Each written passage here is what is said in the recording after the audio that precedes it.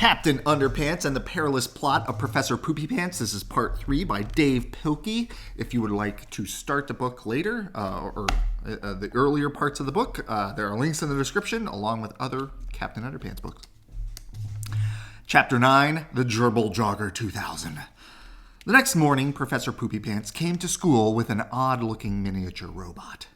"Look, children," he said, "I've created a new invention using the principles of science. I call it the Gerbil Jogger 2000. The children stopped laughing for a moment and looked with interest at Professor Poopypants' new invention.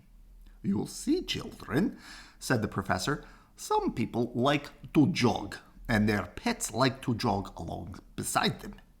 That's fine if you have a dog or a cat, but what if you have a pet gerbil? It used to be a big problem, but not anymore." Professor Poopypants opened the glass dome on the Gerbil Jogger 2000 and inserted a cute, fuzzy gerbil. The gerbil pushed his tiny legs against the simple controls, and suddenly the machine came to life. In no time at all, the gerbil was jogging around the classroom in his robot suit. The children were delighted. "Whoa," said Connor Mancini. "Science is cool." All the other children agreed. "Oh, this is wonderful," thought Professor Poopypants. "I've reached them. Now I can teach them." Excuse me," said George to the professor.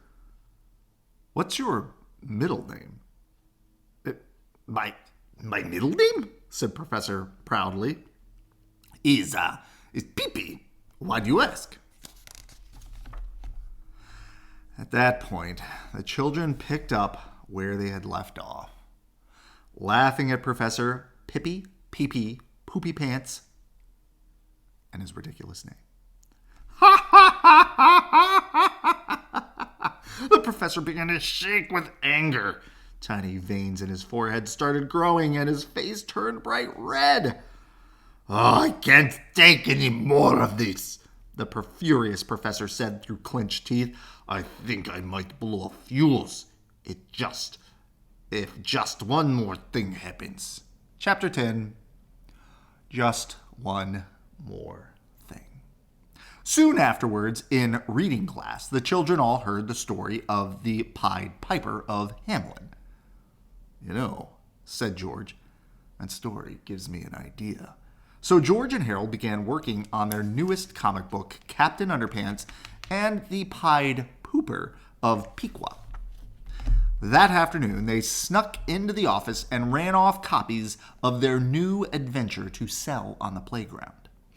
And everything would have been just fine if one of the third graders hadn't left his copy lying around in the hallway. Chapter 11, Captain Underpants and the Pied Piper of Pequa, by George Beard and Harold Hutchins. Captain Underpants. Once upon a time, in the city of Pequa, Ohio, there was a science teacher whose name was Poopypants. "My little name is Pee-Pee." Everybody laughed at his funny name. Ha ha ha ha ha ha ha. This made Pippi mad. "I'll show them."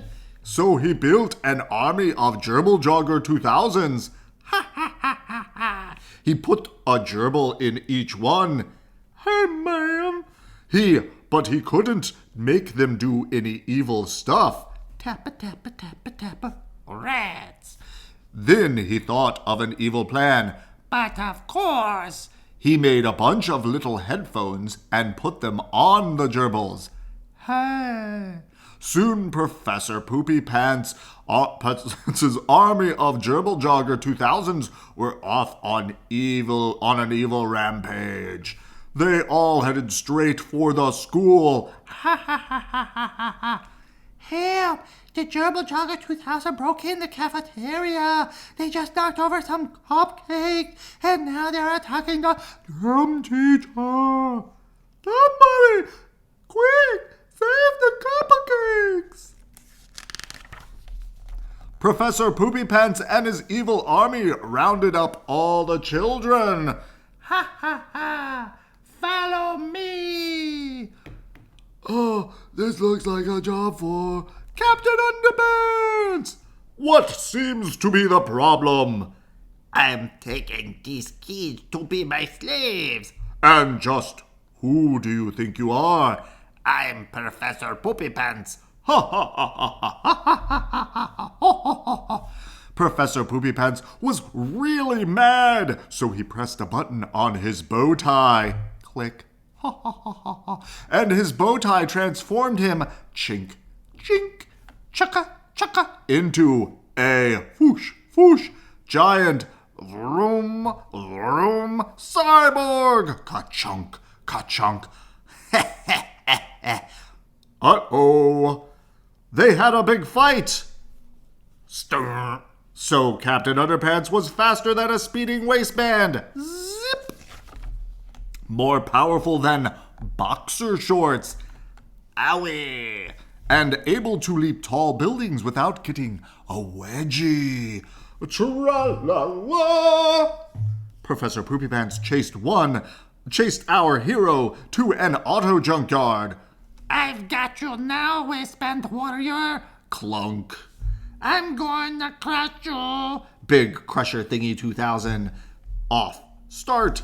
Captain Underpants pressed a button on his utility waistband. Clink. And out popped the tiny toilet of truth. Captain Underpants aimed the tiny toilet of truth at Robo Pippy. Flush. Ah! I'm blasted! Captain Underpants saved the day. But what about the evil gerbils? Oh, they're not evil. Look, Professor Poopypants was controlling them with this. Do-do-do-do-do. Is it music? No, listen, Cher's greatest hits. Babe, I got you, babe. Ah, help! Please, God, make it stop. This would make anybody turn evil, so Captain Underpants destroyed the controller. Tra-la-la-la!